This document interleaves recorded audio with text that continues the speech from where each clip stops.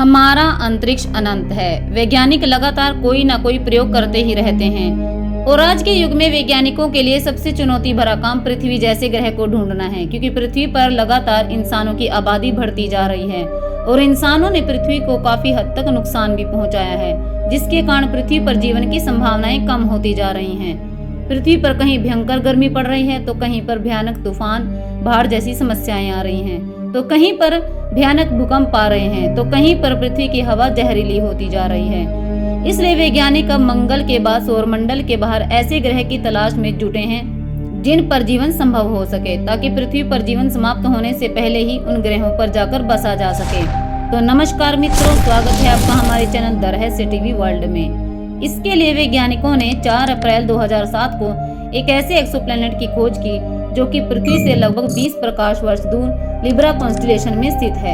इसकी खोज चिली की ला सिला ऑब्जर्वेटरी में रेडियो वेलोसिटी विधि द्वारा की गई थी और इस एक्सोप्लैनेट का नाम है ग्लीस 581c, जो कि अपने तारे ग्लीस 581 की परिक्रमा कर रहा है, जो कि एक M क्लास का ड्वार्फ स्टार है।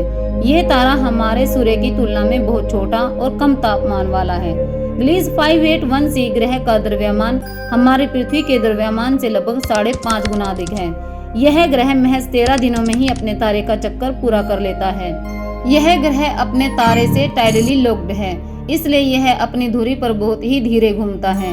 इसलिए इस ग्रह का एक हिस्सा अपने तारे की तरफ रोशनी में रहता है और दूसरा हिस्सा हमेशा अंधेरे की तरफ रहता है। जैसे कि हमारे चंद्रमा का एक हिस्सा पृथ्वी की तरफ रहता है तो दूसरे हिस्से पर अंधेरा रहता है और वह दूसरा हिस्सा हमें पृथ्वी से दिखाई नहीं देता है, क्योंकि हमारा चंद्रमा भी हमारी पृथ्वी से टाइडली लॉक्ड है।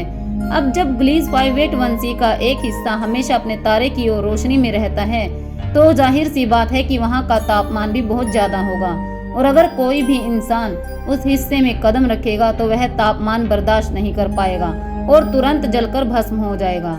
और अगर हम इस ग्रह के दूसरे हिस्से की तरफ ये सोचकर जाएंगे कि वहाँ पर सब कुछ ठीक है और वहाँ का तापमान भी कम है, तो ऐसा बिल्कुल भी नहीं है, क्योंकि वहाँ पर जाते ही कोई भी इंसान महज कुछ ही देर में बिल्कुल कम तापमान होने की वजह से अपना दम तोड़ देगा और वहीं बर्फ में तब्दील हो जाएगा। तो अब सवाल ये उठता है कि आखिरकार वैज्ञानिकों ने क्या सोचकर इस ग्रह पर जीवन की तलाश करना शुरू किया, जब वहाँ रहने लायक कोई जगह है ही नहीं। दरअसल वैज्ञानिकों के अनुसार इस ग्रह के गर्म और ठंडे हिस्से के बीच एक ऐसी जगह हो सकती है जहाँ पर जीवन की संभावना हो। वैज्ञानिक मानते हैं कि उस जगह पर इंसानों के रहने लायक तापमान हो सकता है, क्योंकि यहाँ ना तो ज्यादा गर्मी है और ना ही ज्यादा ठंड। वैज्ञानिकों का यह भी मानना है कि इस ग्रह पर एक्सट्रीमोफाइल या चरमपसंदी जीव हो सकते हैं। एक्सट्रीमोफाइल ऐसे माइक्रो ऑर्गेनिज्म होते हैं जो कि कठिन से कठिन परिस्थितियों में भी जीवित रह सकते हैं, जहाँ पर कोई साधारण जीव जिंदा नहीं रह सकते।